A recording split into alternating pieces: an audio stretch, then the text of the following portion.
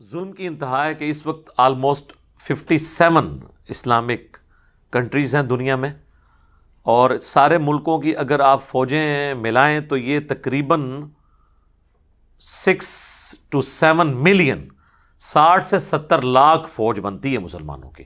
10 لاکھ تو صرف پاکستان کی ہے آلموسٹ، تو باقی ملکوں کی بھی آپ ملائیں تو اسرائیل جو ہے وہ تو ایک چیونٹی کی مانند ہے اتنی بڑی افواج کے سامنے، اگر یہ لوگ کوئی ہمت دکھاتے ہیں. انہوں نے وہی کیا جی، اجلاس بلا لیا OIC کا، جسے کہتے ہیں وہ OIC، organisation of Islamic countries, اور بس اس میں وہ قرارداد مذمت اور UNO کو بھی اپروچ کیا، لیکن وہاں پہ آپ کو پتہ ہے امریکہ نے ویٹو کر دیا، لیکن امریکہ کے خلاف کوئی بیان دینے کے لیے تیار نہیں ہے. امریکہ کے سفیر کو کوئی واپس بھیجنے کے لیے تیار نہیں ہے.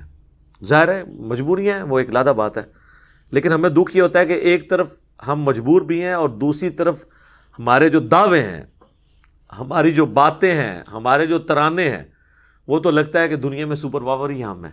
وہ پھر جب کنفلکٹ آتا ہے نا، پھر دل کو ذرا دکھ ہوتا ہے کہ یار ہم ایک لائن لیں اور بتائیں کہ ہم ان سے بہت پیچھے رہ گئے ہیں، ہمیں کافی ٹائم چاہیے ان کا مقابلہ کرنے کے لیے، کافی کوشش کی ضرورت ہے. اب ایسی صورتحال میں جو عام مسلمان ہیں نا، وہ گلٹ کا شکار ہے. ان کے دل کے اندر ایک غم کی کیفیت آتی ہے کہ جی ہمارے اوپر کیا ذمہ داری ہے، جہاد تو نہیں فرض ہو چکا، قتال فرض تو نہیں ہو چکا. اور آپ کو پتہ کتنی NGOs جو ہیں، نان گورنمنٹ آرگنائزیشن یا ان کو نان اسٹیٹ ایکٹر کہہ لیں، وہ لوگ انہوں نے تو بھرتیاں بھی شروع کر دی ہیں مجاہدین کی، اور جا کے ہم جہاد کریں گے. اور ظاہر جہاد کی خواہش تو ہر مسلمان کے دل میں ہوتی ہے. قتال جہاد کا اعلیٰ ترین درجہ ہے، اور یہ اسلام کی ہائیسٹ گڈ، سمم بونم، جو ایمینول کانٹ کی فلاسفی میں ہائیسٹ گڈ اسلام کی چوٹی ہے.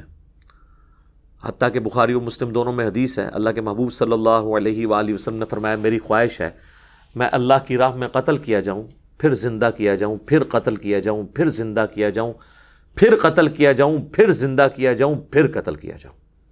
صحیح مسلم میں ایک اور حدیث ہے، جس کے دل میں شہادت کی تمنا نہیں ہے وہ منافقت کی شاخ پہ مرا. یعنی مسلمان کے ایمان کا حصہ ہے اللہ کے لیے جان دینا. شہید کون ہوتا ہے؟ جو گواہی دیتا ہے پریکٹیکلی مر کے کہ جس دین کا میں بلیور ہوں اس کے لیے اپنی جان بھی دے دوں گا. اور اس میں ایک اللہ نے آسانی رکھی ہے. صحیح مسلم میں ہی ایک اور حدیث ہے کہ آپ صلی اللہ علیہ وآلہ وسلم نے فرمایا جس شخص کے دل میں شہادت کی تمنا ہوئی اور اسے بسترے پر بھی موت آ گئی عام حالت میں، اللہ کے حضور وہ شہید لکھا جائے گا، بشرطے کہ اس کے دل میں تمنا ہوئی. یہ شرط ہے. تو ظاہر مسلمانوں کے دلوں میں تمنا تو موجود ہے. اور پھر ہمارے علماء جن کے بچے تو خود یورپ اور امریکہ میں پڑھتے ہیں، لیکن جمعے کی تقریروں میں ہمارا خون کروانے کے لیے تو ماشاءاللہ ان کی خدمات حاضر ہیں. وہ بھی لوگوں کو کہتے ہیں جناب نکلو نکلو نکلو، اور اس سے پھر لوگ سوچتے ہیں کہ پتہ نہیں ہم گنہگار تو نہیں ہو رہے. جناب آپ کوئی گنہگار نہیں ہو رہے، یہ آپ کی رسپانسبلٹی نہیں ہے، یہ ذہن میں رکھیے گا. لہٰذا جتنی جہادی تنظیمیں ہیں یا اس طرح کے علماء قرآن سے جتنی آیات پیش کر کے نبی علیہ السلام کے مبارک زمانے کی، اس زمانے میں تو ہجرت فرض کر دی گئی تھی، اور نبی علیہ السلام کے ہاتھ مضبوط کرنے کے لیے یہ حکم دیا گیا تھا سب لوگ مدینہ شریف آئیں، جو ہجرت نہیں کریں گے منافق ڈکلیئر ہوں گے. اسی کانٹیکسٹ میں ہی سورہ نساء میں آیات ہیں کہ تم لوگ غریب لوگ جو کافروں کے قبضے میں ہیں اور اللہ سے دعائیں کرتے ہیں ان کی مدد کے لیے کیوں نہیں جاتے. ان آیات کو لے کے آج کے دور میں اپلائی کرنا، ان مسلمانوں کا کرنا جو ایک دوسرے کا گلا کاٹتے ہیں، تو ان کی کریڈیبلٹی کہاں تک ہے؟ اس وقت تو مسلمانوں کی تعداد تھوڑی تھی، تو ہر بندے کے اوپر جہاد کرنا فرض تھا. سیدنا عمر نے اپنے دور خلافت میں کوئی ایک جنگ بھی لڑی ہے؟ تو یہ آیات ان کو بھول گئی تھی، اس لیے کہ انہوں نے جنگ کے لیے فوج قائم کر دی تھی. کوفے کو فوجی چھاونی ڈکلیئر کر دیا تھا. قادسیہ اور یرموک میں سیدنا عمر خود نہیں گئے ہیں، آپ نے فوج روانہ کی ہے. تو آج بھی یہ فوج کا کام ہے، کسی جہادی تنظیم کا نہیں ہے کہ وہ پرائیویٹ مجاہدین بھرتی کرے. اور ان کو وہ صحابہ کرام کے بارے میں بتایا. اور یہ بھی آج ایک آپ متھ دور کر لیں, جو لوگ کہتے ہیں نا کہ جی وہ صحابہ کرام کا ایمان بڑا مضبوط تھا, ایمان مضبوط ہو تو آپ کے پاس اسلحہ کم بھی ہو تو کوئی مسئلہ نہیں ہے, آپ ٹکرا جائیں. میرے بھائی یہ بھی آپ بالکل غلط بات کر رہے ہیں. اس کی وجہ یہ ہے کہ صحابہ کرام اگر تلوار لے کے جاتے تھے نا تو سامنے والے کے پاس بھی تلوار ہی ہوتی تھی, تھا کہ نہیں؟ برابر ہی ہوتا تھا نا. آپ یہ کہہ سکتے ہیں کہ ادھر تعداد تھوڑی تھی ادھر تعداد زیادہ تھی, یہ نہیں ہوتا تھا کہ یہاں سے وہ تلوار لے کے گئے ہیں اور سامنے سے بندہ گولی لے کے آ گیا. وہ تو میں کہتا ہوں آپ اس بات کو آپ نے اب گستاخی نہیں شمار کرنا. چلے میں صحابہ کرام کی مثال نہیں دیتا ہوں, میں کہتا ہوں بہت پارسا قسم کے علماء بزرگان دین یا ان سے بھی بڑے مرتبے کے 1,00,000 لوگ بھی لے ہیں اور سامنے ایک یہودی فوجی کھڑا ہو جس کے ہاتھ میں کلاشنکوف یا اس سے کو لیٹسٹ اسلحہ ہو, یہ سارے تلواریں اٹھائی رہ جائیں گے تو یہ لاکھوں کی لاشیں ہی آپ اٹھا کے لے کے آئیں گے, ایک یہودی ان سب کو مار دے گا. لیکن صحابہ کے زمانے میں یہ نہیں تھا. اگر وہ رومن سے یا پرشین سے لڑے ہیں نا تو ایک تلوار کے مقابلے پہ دوسرا جب بندہ آتا تھا تو ایک تلوار کے مقابلے پہ ایک تلوار ہوتی تھی, 1 to 1 مقابلہ ہوتا تھا. یہاں پہ آپ ڈنڈے, لاٹھیاں, زیادہ سے زیادہ کوئی رائفل اٹھا کے لے جائیں گے, ان کے پاس لیزر گائیڈڈ گنیں ہیں, ایئر سٹرائکس ہیں ان کے پاس. تو لہذا یہ بھی کہانی کرانی اب اپنی عوام کو بند کرتے ہیں. صحابہ کرام اور ان کے مخالفین ایک جوڑ کے تھے لڑائی میں, دونوں کے پاس ایک طرح کا اسلحہ تھا. ورنہ مجھے بتائیں آپ 1,00,000 بھی آپ تلوار والے لیں, سامنے سے ایک بندوق والا آ جائے وہ سب کو مار کے چلا جائے گا, قریب آنے ہی نہیں دے گا. تو یہ بالکل مثال دینا غلط ہے. لہٰذا آپ لوگ گلٹ فیل نہ کریں, یہ ایک باقاعدہ پوری ٹریننگ کے ساتھ جو فوجی لوگ ہیں جن کو آج کی ٹیکٹکس پتہ ہیں وہی لوگ ہی جا کے میدان جنگ میں لڑ سکتے ہیں. باقیوں کی تو آپ کو لاشیں اٹھانی پڑ جائیں گی, الٹا وہ آپ کے لیے مصیبت بن جائیں گے جو چلے جائیں گے. اور بعض لوگوں کا دھندا کھل جائے گا کہ وہ غائبانہ نماز جنازہ پڑھا کے چندہ اکٹھا کریں گے. کئی لوگوں کی روٹی روزی بھی کھل جائے گی اس کے اوپر, اور ان کی روٹی روزی کھولنے کے لیے سب کچھ کر رہے ہوتے ہیں. تو میں گورنمنٹ سے بھی, ریاستی اداروں سے بھی ریکویسٹ کروں گا ان کے اوپر کڑی نظر رکھیں جو یہ اس قسم کی جہادی بھرتیاں کر رہے ہیں. میں نام نہیں لیتا, آپ کے سامنے علماء کی ویڈیوز آئی ہوئی ہیں جی, 5 لاکھ بندے جی وہ طیب اردگان کو کہہ رہے ہیں جی 5 لاکھ بندہ میں دینے کے لیے تیار ہوں. ٹھیک ہے جی, اور بھائی 5 لاکھ کیا تم 5 کروڑ بھی لے ہو کچھ نہیں کر سکتے جب تک مقابلے پہ ایٹ لیسٹ اس کے قریب کا اسلحہ نہ ہو. اور یہ جو آپ کو کہانی کراتے تھے نا صحابہ والی, وہ بھی میں نے آج آپ کو بتایا, وہ بھی بالکل 2 نمبر بات ہے. حضرت خالد بن ولید اگر تلوار لے کے گئے ہیں نا رومن امپائر کے خلاف, تو سامنے سے بھی جو جرنیل ہے اس کے ہاتھ میں بھی تلوار ہی تھی. یہ نہیں تھا کہ اس کے ہاتھ میں ریوالور تھا اور پھر بھی حضرت وہ خالد بن ولید نے جو ہے وہ تلوار کے اوپر گولی روک لی تھی, جس طرح وہ آپ کا وہ سلطان رائی جو ہے بیلچے کے اوپر گولیاں روک لیتا تھا. اس طرح نہیں ہوتا. تلوار کے مقابلے تلوار تھی, برابر کا جوڑ تھا. آج نہیں ہے نا یہ برابر کا جوڑ. آج ہم تلوار یا ڈنڈے لے کے چلے جائیں سامنے سے تو وہ بھون کے رکھ دیں گے, اور ایئر سٹرائک کریں گے تو کارپیٹ بمنگ کر کے سب کچھ. یہ میں آپ کو ڈرا نہیں رہا, میں ریالٹی بتا رہا ہوں, یہ حقیقت ہے.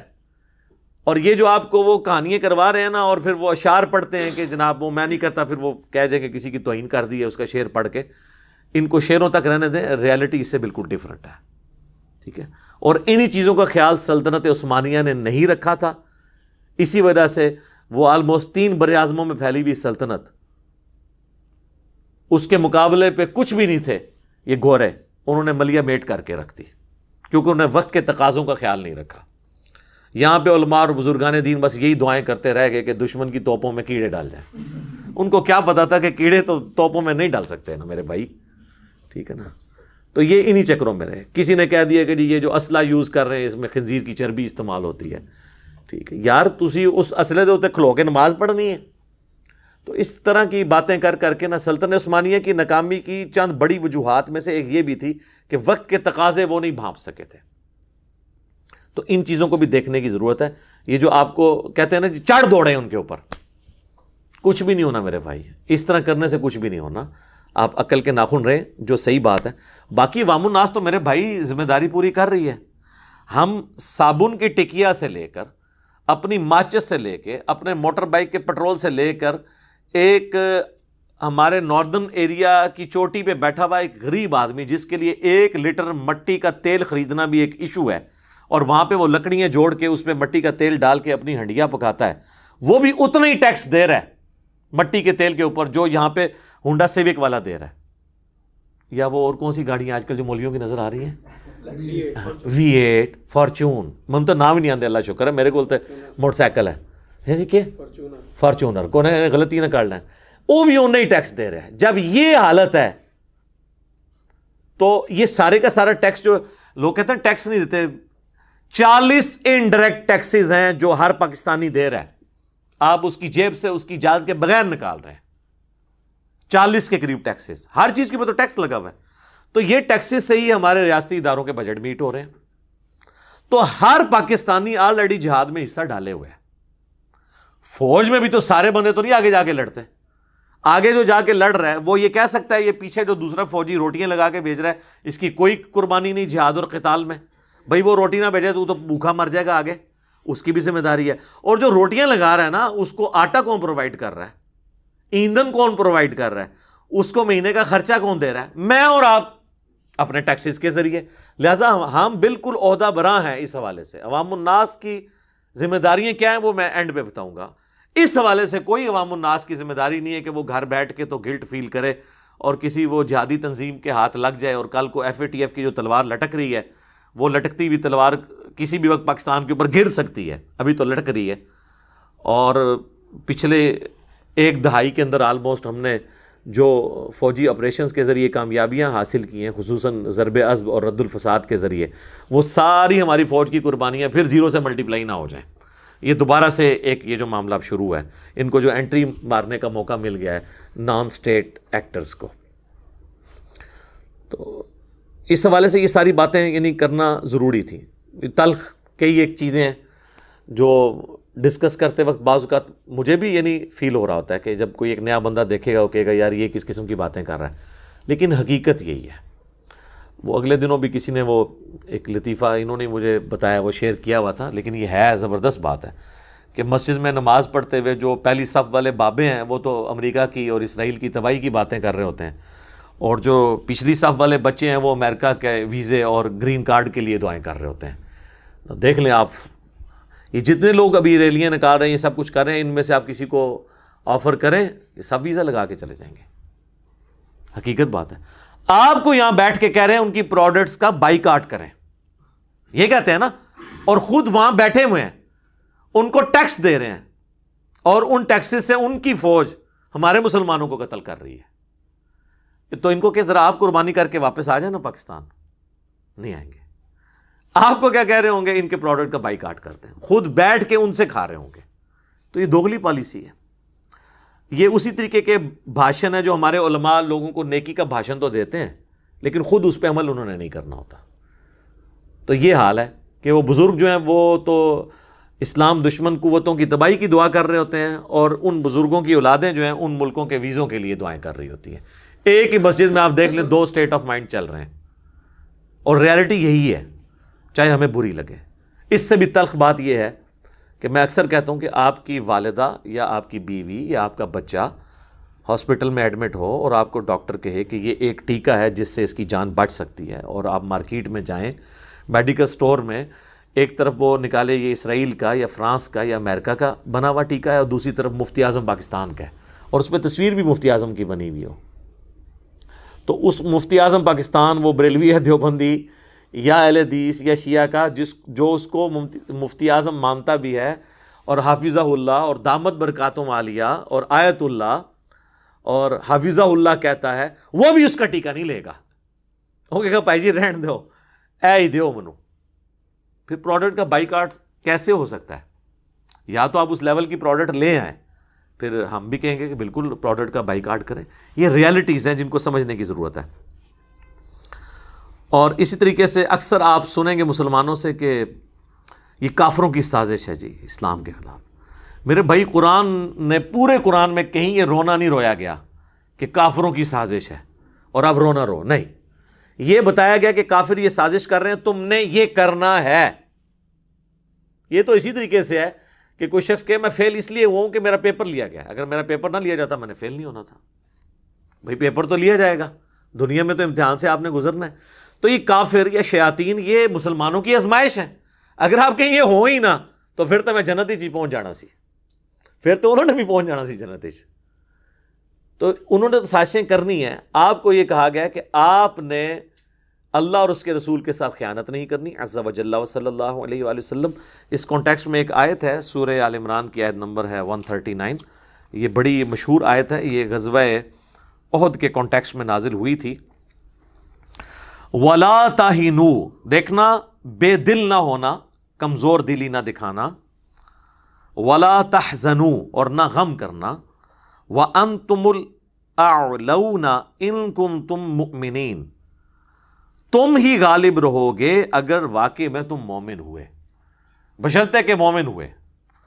وہ جو صحیح مسلم میں حدیث ہے، نبی صلی اللہ علیہ وآلہ وسلم نے فرمایا اللہ تعالیٰ اس قرآن، اس کتاب کی وجہ سے قوموں کو عروج دے گا اور اس کتاب کی وجہ سے قوموں کو زوال دے گا۔ جسے ڈاکٹر اقبال نے کہا تھا، وہ زمانے میں معزز تھے مسلمان ہو کر اور تم خوار ہوئے تارک قرآن ہو کر۔ تو بالکل صحیح بات کی تھی انہوں نے، وہ بالکل اس کی ایکسپلینیشن ہے۔